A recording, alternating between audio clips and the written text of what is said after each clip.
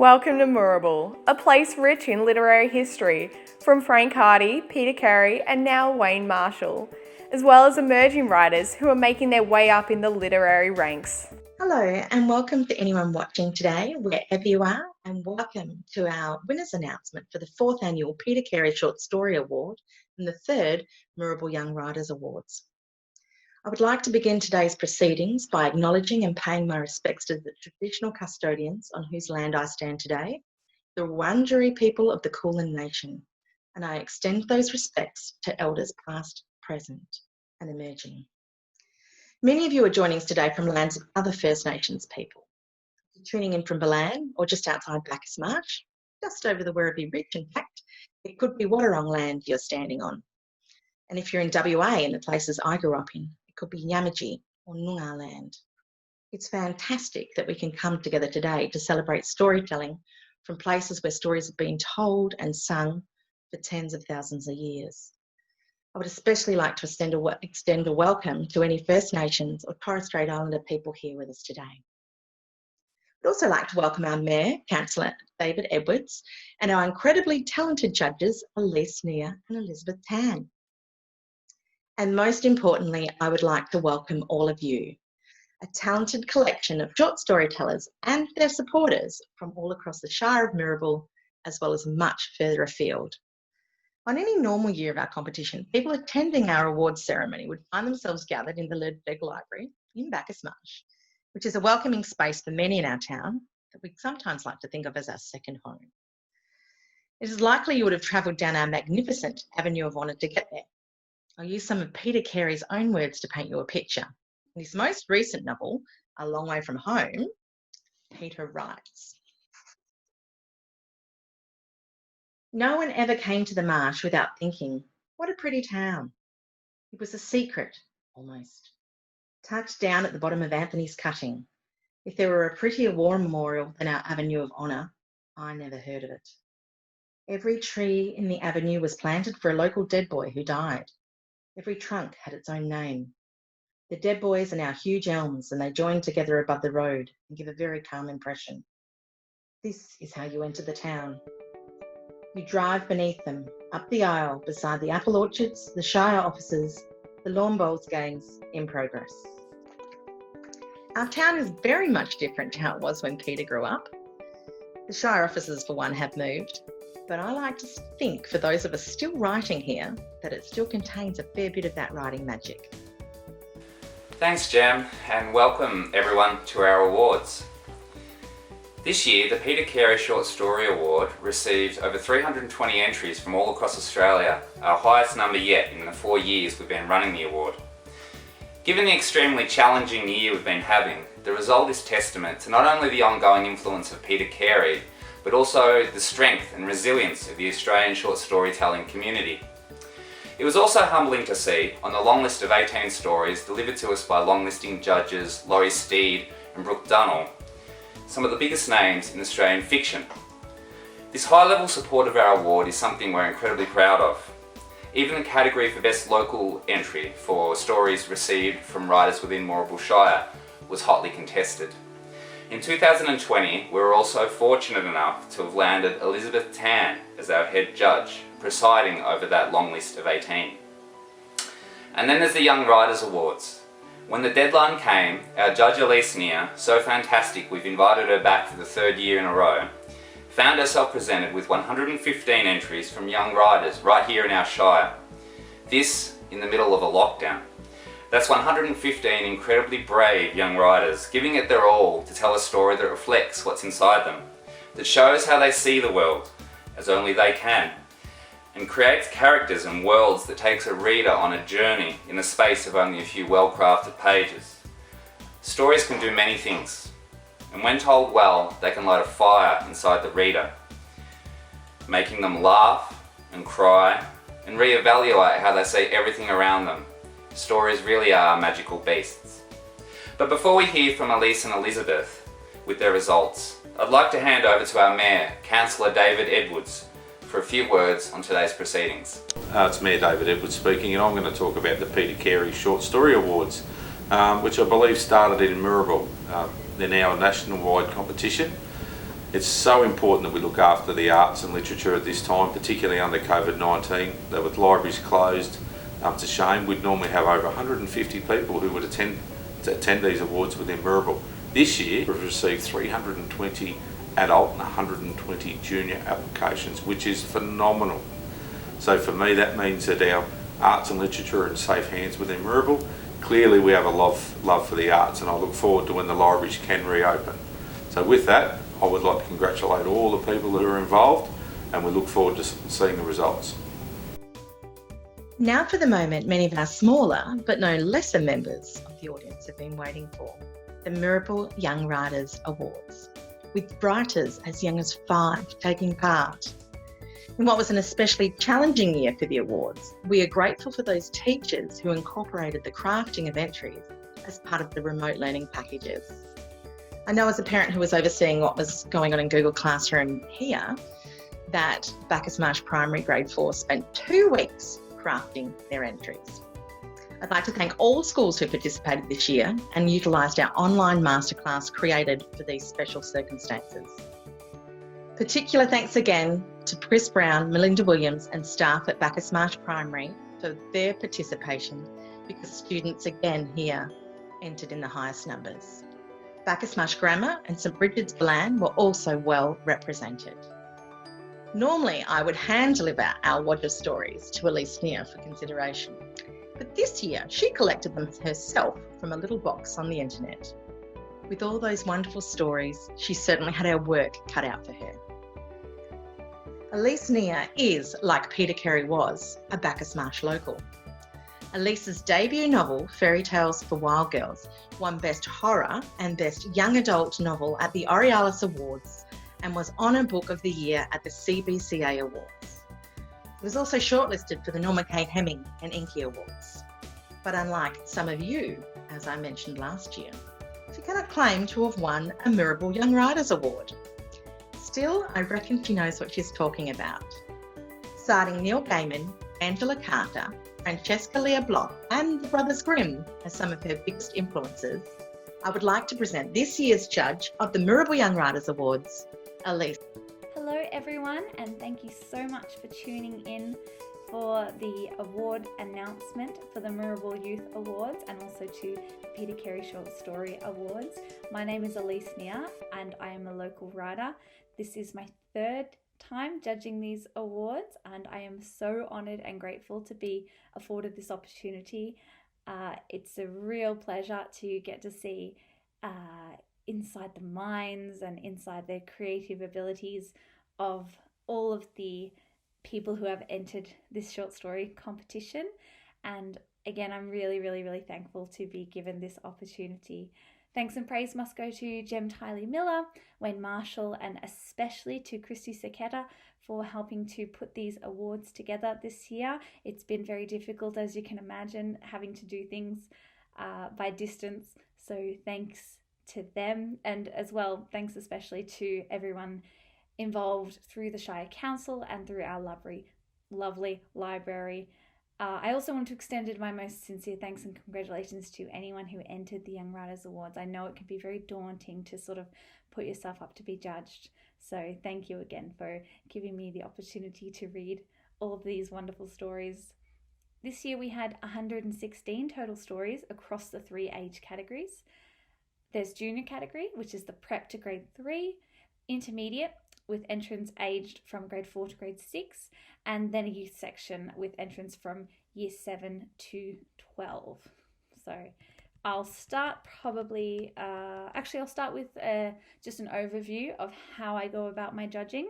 I put together a sort of rubric and then I score it according to how well they hit certain areas. Generally, I judge by the criteria of originality, creativity, and execution. I look for writing that flows and presents concise imagery and meaning, engaging plot, interesting characters, and above all, I really like to see a unique approach.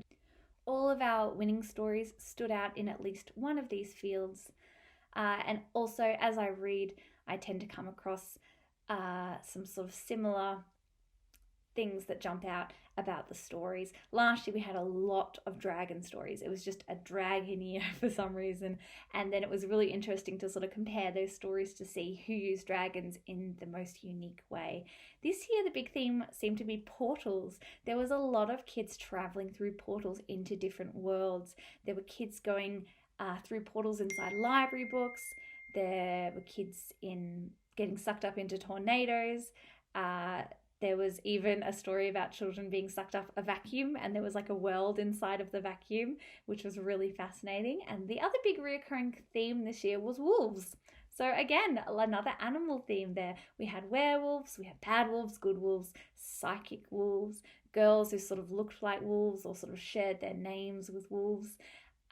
So I really enjoyed getting to read all of those wolf stories as well, even though I think I'd be a little bit scared of wolves if I ever met one in real life. So first of all, I wanted to cover the junior section. These stories were all very charming, and some of the plots that we saw unfold within included a lost dog in Paris, a lost cat in Paris as well.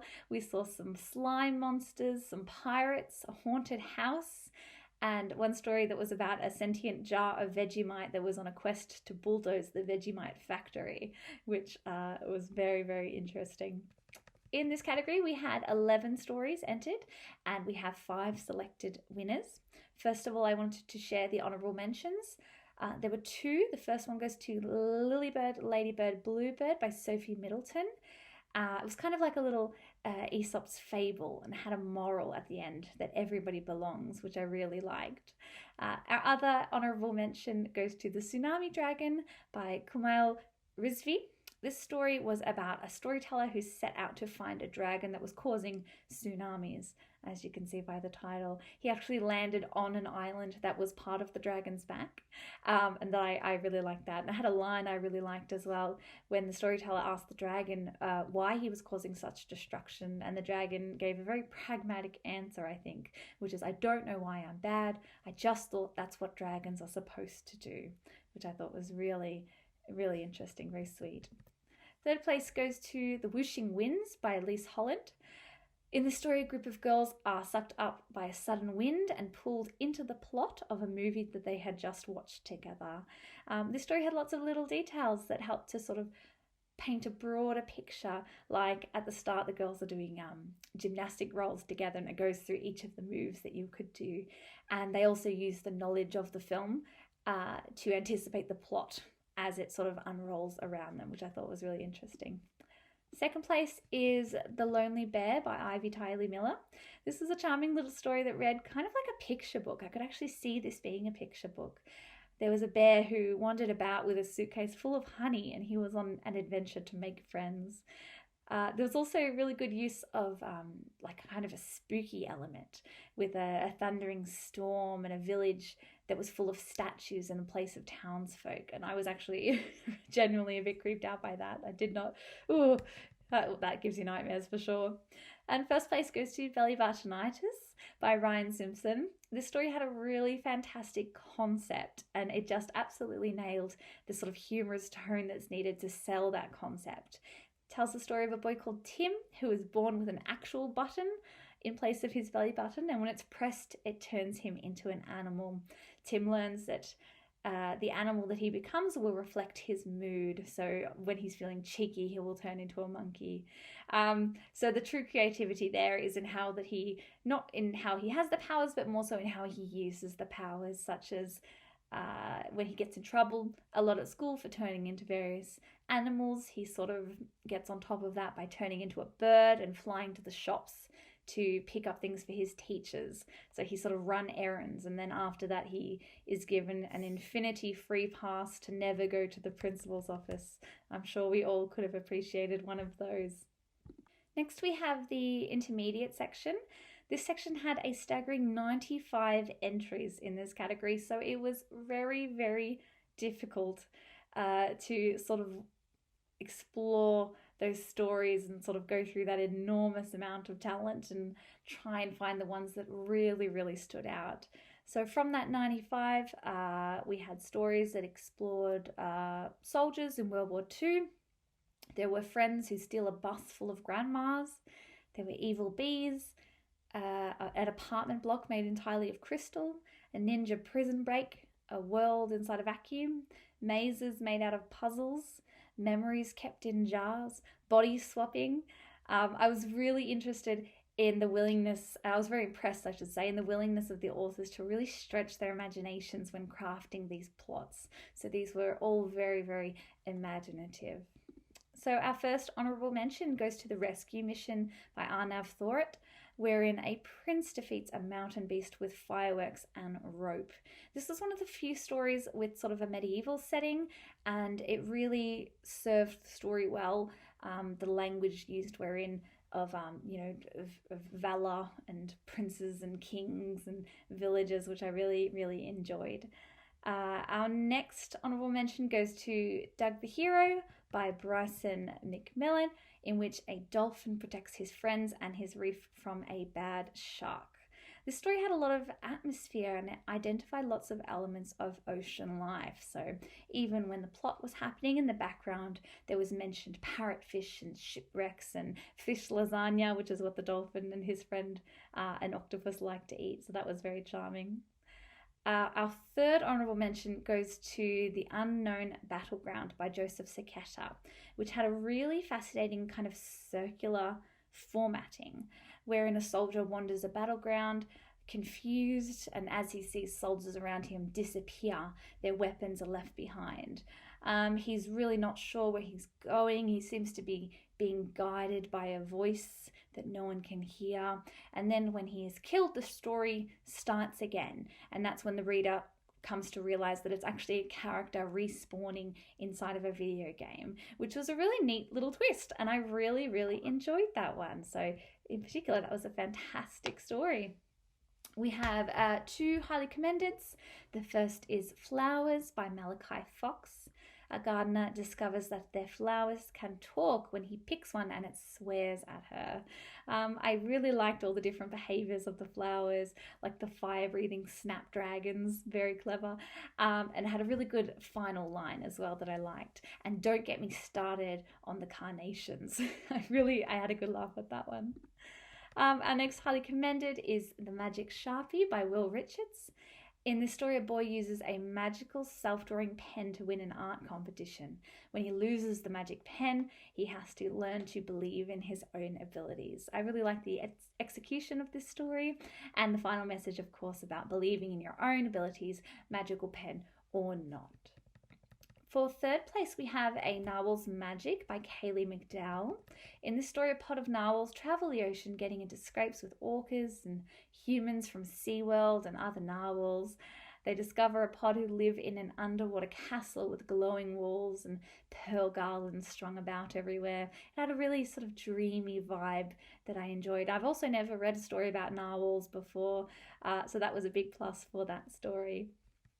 Second place goes to Saving Rain by Elise Hayes.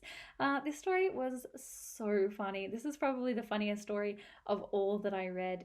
Within the story, a jaguar has to work with the most annoying animals in the Amazon in order to fend off loggers. This story used some really clever little formatting twists, such as when the sloth speaks and he speaks so slowly that the words are spaced across the page. And I really appreciated to see that sort of clever approach. The jaguar himself, Claw, was very dry and irritable, and the monkeys chose their leader depending on who had the best mustache. I just laughed the whole time reading it, so well done to Elise for that one. First place in this section goes to The Secret Within the Woods by Caitlin Imelda Odgers. This story stood out immediately because of the unusual choice of the perspective. It's told from the point of view of a dog, and it becomes very clear very quickly because the things that main character notices are things that exist at dog height, and they're seen from dog view. So the things he notices first are sort of the sounds of cats meowing and the wind, the sensation of the wet grass beneath his paws. He escapes his owner and comes across a lost child in a meadow. I really like, there's a really nice line when he sort of approaches the child, and it says, "One of her tears landed right on top of my nose. It is a drop of warmth on my black dry snout." The dog never really truly understands that he's like, rescued this child that has been lost. And I think it's really tough to sort of keep that perspective without shifting into like a perspective that, is too large for a dog. He never understands the way a person will. And this is a fantastic little piece. So I really commend the author for their hard work there. Our last category was the youth category, which is our broadest category. It takes students from year 7 up to year 12, and because of that, there's a very wide range of perspectives in play. We had 10 youth entries this year with 5 overall winners. These stories in particular made excellent use of characterization, where the authors used patterns of speech and descriptions to allow the reader to more clearly inhabit the worlds in which the story took place. These stories covered, amongst other things, the confessions of a killer, a graveside confrontation, mental illness, grief, loss, family conflict, among much more. So we have 2 honourable mentions, the first of which goes to The Colonial Experience by Dana Sparius. This covers the beginning and ending of a relationship, beginning in Nigeria and ending in America. This story made really good use of sensory details. So the character talks about textures like the peeling leather of the chair and the dusky rose perfume that reminds her of her grandmother. And I feel like that's a really great technique to use to make the story clearer and to make the world within more visual, more sensory. Our next honourable mention is Experiment 36 by Mackenzie Stark. This is a dystopian tale of cybernetic teens. There's some really creepy, what's called body horror that immediately jumps out, like when the main character receives a phone call and the phone is actually embedded in her arm, so her whole arm vibrates, and then she presses, a patch of skin and the message appears there in her skin, which is really creepy actually. It felt like it could be sort of the opening chapter of like a longer YA series. So that was a really good one as well. Third place in this category goes to Shadows by Alicia Rizvi. This story is about shape-shifting children who turn into wolves as they investigate a rogue member of their pack. The story had really beautiful descriptions of nature, as well as that sort of small town paranoia as the townsfolk hunted the wolves among them, not really knowing that they were also children that were, a part of the community, which I think is very evocative of very early kind of werewolf tales that was sort of about that paranoid atmosphere of people not trusting each other. So that was a good story as well. Second place goes to An Island of Fear by Todd Robinson. This was a really experimental piece. In this story, a sellsword is shipwrecked and washes up on an island inhabited by an evil witch. Again, this is another story that I found genuinely creepy. There was a really fantastic image the author used when the main character was walking among the trees and he hears the voice of the witch. He looks up and he sees that each leaf on the tree has become like a pale pink face with a moving, soundless lips. Oh, that creeped me out a lot. And I also liked the very sort of arch Shakespearean language that the characters use. So the author really committed to that style, which I appreciated. And first place in our final category goes to Hollow Hearts by Matthew Mikulik. It's a truly touching story about a Jewish family in World War II era Poland who are forced to hide in a cellar beneath the house of a non-Jewish friend. It sort of twists between this claustrophobic present and the child protagonist's memories of a life before the cellar and what existence was like as the war sort of worsened and their relationship with their neighbours worsened as they were treated with, suspicion, which turned into hatred.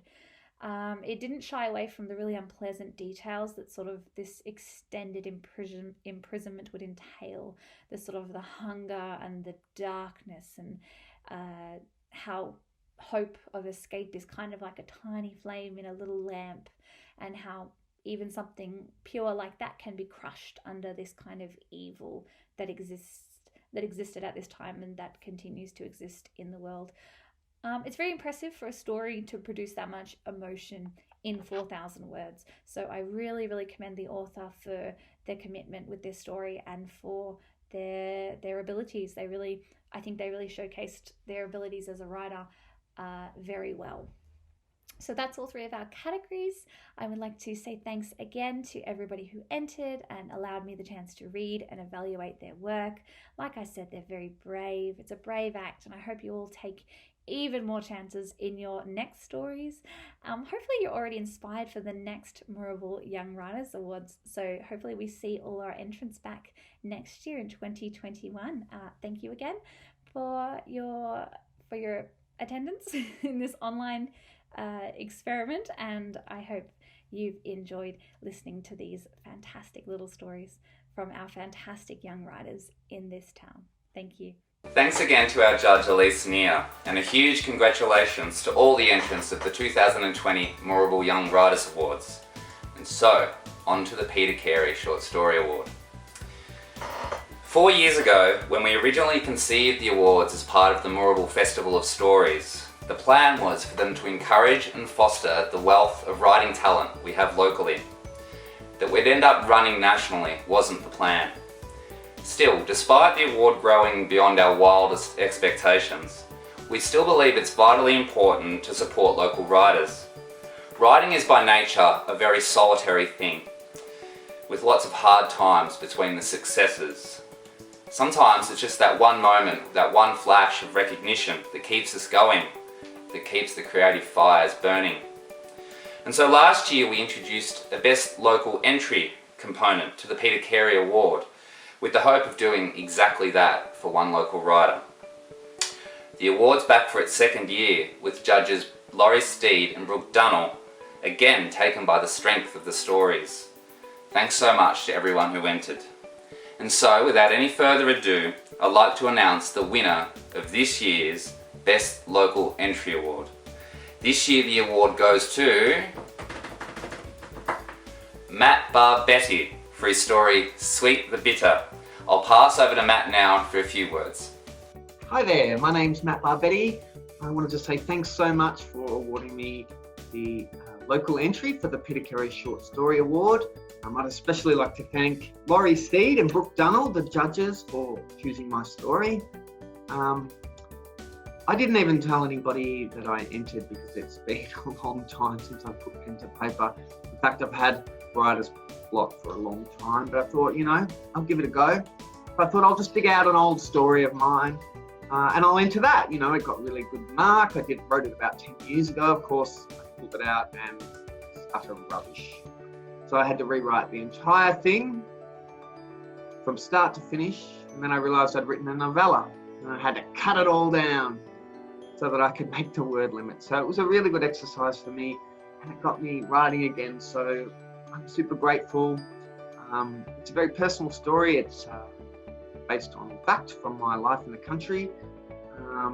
And I really hope people enjoyed it. And again, thank you for giving me this opportunity and this little bit of encouragement. Thanks a lot, and everybody stay safe. Bye. Thanks, Matt, and congrats again. And now, onto the general category for the Peter Carey Short Story Award. As I mentioned earlier, this year we received 320 plus entries from all across Australia. Competition, more than ever, has been fierce. And with a long list of 18 amazing stories, it was an honour for us to have had Elizabeth Tan as our judge. Elizabeth is one of my favourite writers, here or anywhere.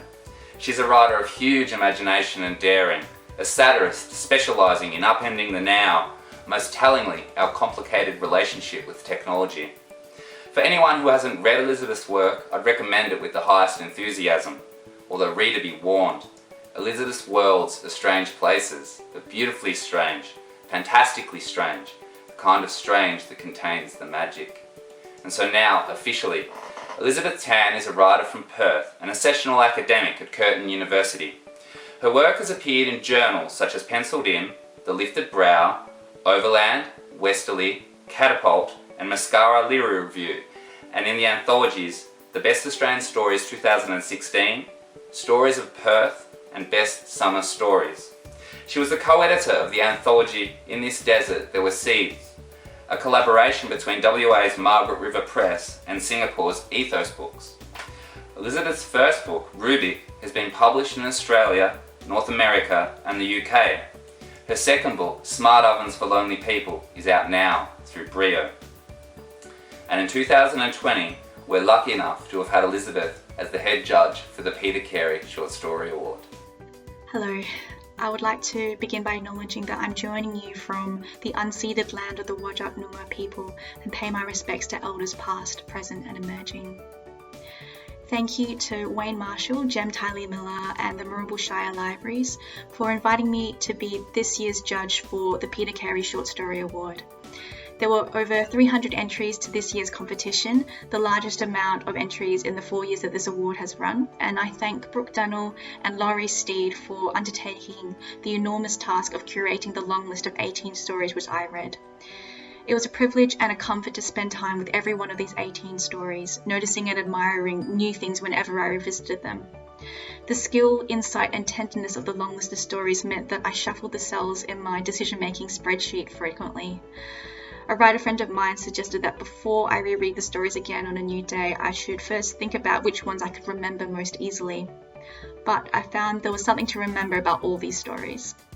So I would like to raise my mug of Earl Grey to the charmingly erratic narrator of Morna's series The Boy on the Blue Bike, the perfectly foreshadowed conclusions of Samantha Ellen Bound's Splinter and Angela Savage's The Black Feather, the surreal but prescient visions of Scott Limbrick's Flames and Katarina Gibson's Preparation, the characters in Deborah Wardle's Love Letters, Alana Hunt's The Doll, and Alice Mantel's Once We're Three Sisters Who Make the Decision to Love, the insistence on solidarity and dignity of the workers of Tanya Pavlova's Jobs Galore, and the painfully accurate depiction of a relationship turned tedious in Miles Maguire's Youth in Chiaroscuro. All the entries were anonymous during my judging, so it's a pleasure to finally now put names to titles. It was difficult to part with the stories in the long list, and it was equally difficult to pick a winner and runner-up from my short list of 8 stories. I'll tell you about the short list of stories now. Perhaps the world of Charlotte Guest's Flight Mode is actually familiar to us. The story follows Vita, the sole passenger on a red-eye flight. She's a journalist heading to a press conference which will be conducted in individual pods. She carries antibacterial spray, wipes, gloves and mask in her handbag. Vita and the pilot, Max, strike up a conversation from their separate sections of the aircraft. Max asks Vita, "Does human touch still feel nice?" This story floats in that strange space between funny and sad. It takes a beautifully absurd but poignant turn in the latter half that made me laugh. It's a resonant and surprising story. Thank you very much, Charlotte, for writing it. In Tight Lines by Ali Richards, Holly is mourning her breakup with Dave, but it's really Dave's young son, Joey, who she's missing, with whom she bonded over fishing, in-jokes and games. I found I couldn't let go of this story. I admired the author's adeptness at representing the futile journey of getting over a lost relationship, especially when your grief doesn't really fit into a prescribed social narrative, and the particular frustrations of seeing the ones you're mourning move on with their lives via social media feeds. I also felt that there is an astute commentary in this story about how boys are raised and valued differently to girls, and about the unacknowledged labour performed by women in holding relationships together. Thank you very much, Ali, for writing this story. Rebecca Slater's Prawn Fishing with Medusa is a hungry story, and it likes to eat with its fingers. A woman has fled to a friend's beach house, escaping trauma and violence. A local woman, the eponymous Medusa, teaches her how to fish for prawns. I particularly liked the recurring motif in this story of the children chanting in the town, "Nobody likes me, everybody hates me, think I'll go and eat worms." These chants seem menacing at first, but they also seem to stir in the protagonist, like the prawn she eagerly peels and eats, some kind of fierceness. It makes for a very unified and elegant piece of writing. Thank you very much, Rebecca. In Miranda Rouault's What Would Kim Do?, Millie goes clubbing with 2 friends, fueled by white wine and vodka. Millie's narration is punctuated by bursts of passages and lowercase italics, which feel less like stream of consciousness and more like an inner messenger feed, persistent thoughts from your most secret self sliding into your DMs. Like the ex-lover described in the story, who fetishizes Millie's beautiful, sad eyes. It feels simplistic and condescending to characterize Millie as someone in possession of some innate, deep sadness. It seems to me more like itchy frustration, bristling and dissatisfied, as Millie is hyper-conscious of the ways in which others have drawn borders around her. This is a vivid and well-observed story. Thank you very much, Mirandi, for writing it. In Joseph Earp's The Cockatoo, Daniel returns to Darwin to take care of his deceased father's affairs.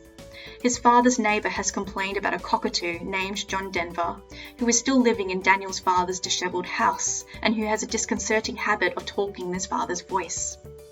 Just as the cockatoo parrots lines from his deceased father, it seems that Daniel too is an echo of his father, a recovering alcoholic estranged from his partner. This story has that kind of biting dialogue and narration which is so true to life that it stings, like nail clippers snapping a little too close to the skin. I was still smarting from it long after I read it. Thank you very much, Joseph, for writing this story. Jenny Mazaraki's Caravan is a swirling story of flotsam and jetsam memories. The narrator has been displaced by a flood. The caravan that she shared with her deceased mother washed away, and she wonders if the flood is punishment for a recent indiscretion, some kind of divine sign of disapproval from her mother. The author has an astute eye for the textures and rhythms of life, and the final line of the story is perfection, the literary equivalent of Hannah Gadsby's favourite sound of a teacup sliding into the groove of a saucer. I loved reading this story again and again and noticing the thematic consistency of the author's imagery of uncomfortable truths coming out of the water. Thank you very much, Jenny. Ultimately, the runner-up and winner of this year's competition were the two stories that I most wanted to push into another reader's hands and so I could have a discussion with them about it. In the runner-up story, George McElroy's Company, Jill and Matt are the only campers at a caravan park, spending their days working in a fruit packing shed and drinking in the caravan park's pool, when a stranger, Andy, hitches his tent next to theirs. Jill doesn't trust him, but she's starting to lose trust in Matt too. This is a solid, understated and well-paced story. The characters' behaviour and dialogue always ring true. The tension arising from the story's simple setup is palpable, and I always felt compelled to turn to the next page. There is a sharp emotional clarity in this story that I really admire, a crisp through line between the author's intent and what is ultimately felt and understood by the reader. It's a quietly marvellous story. Congratulations, George. And finally, Andrew Roth's Bok Bok, which has both my favourite title and my favourite here's the moment in the story where a character says the title, is that kind of oily, grim fiction that leaves you with the feeling of having clogged pores. In this story, we follow Dixie, a code-named operative of Enforcement's Special Wing Dark Meat Division, that is, a devoted investigator of intellectual property theft for a certain fried chicken fast food chain. I feel like I'm still scrubbing this story out of my skin. Like eating the most seductive fast food meal, I delighted in the story intensely when I first began, but left the story feeling uncomfortable and complicit in something dirty. I'm making the story sound heavy, but it is terrifically deft and witty, and for all its darkness, the prose glimmers with an absurd sort of humour. I'm very happy to announce that Bok Bok is the winner of this year's Peter Carey Short Story Award. Congratulations, Andrew. I'm going to try and light a sparkler for you right now.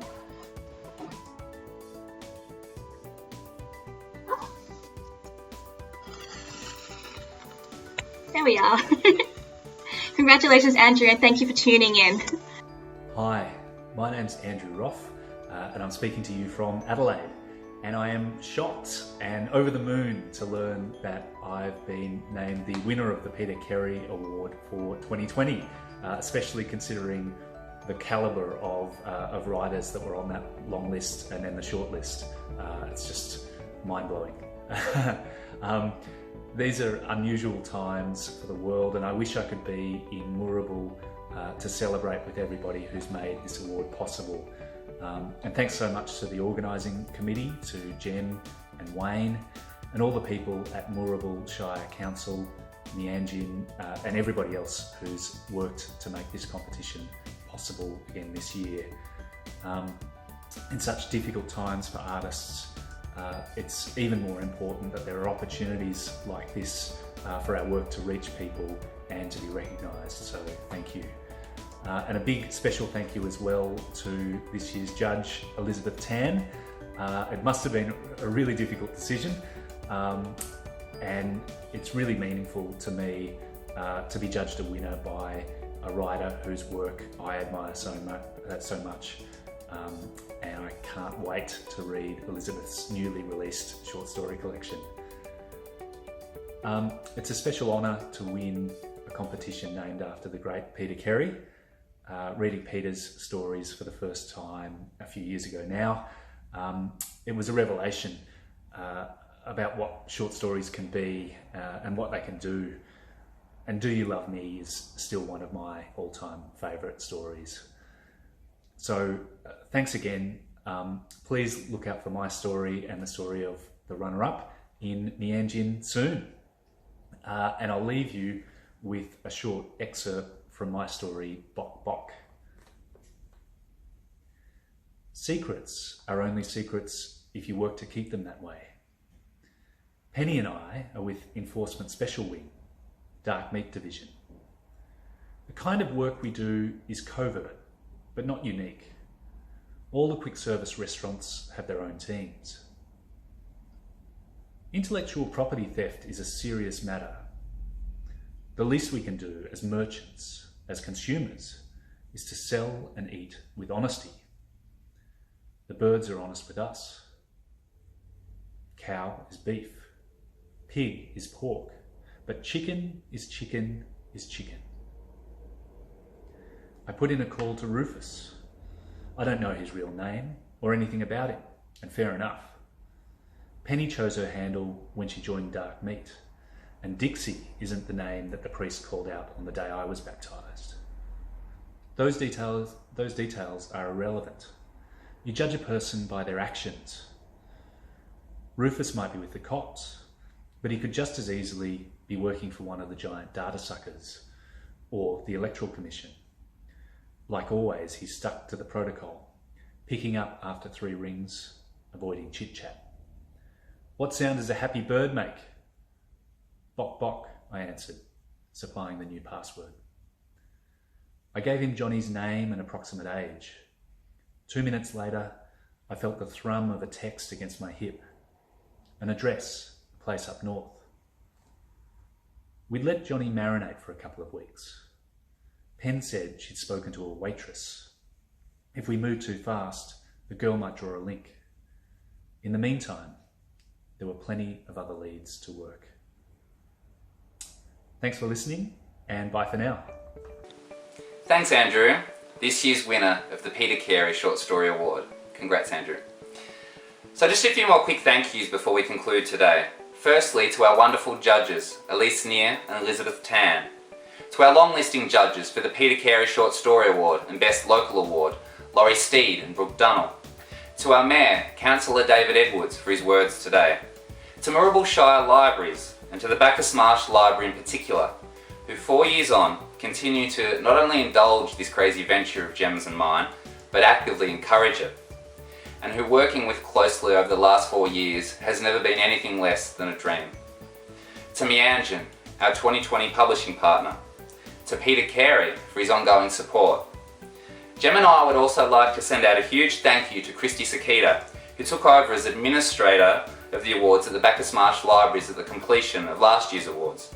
Christy was definitely thrown in the deep end, but learned the ropes quickly and has been instrumental in ensuring everything still ran to plan, and that we're even able to still have the awards, 2020 being a year unlike any other. Lastly, thank you all so much for tuning in today. And thanks and best wishes to the many writers who entered and supported our competition. We'll see you all again next year. Thank you. Bye bye.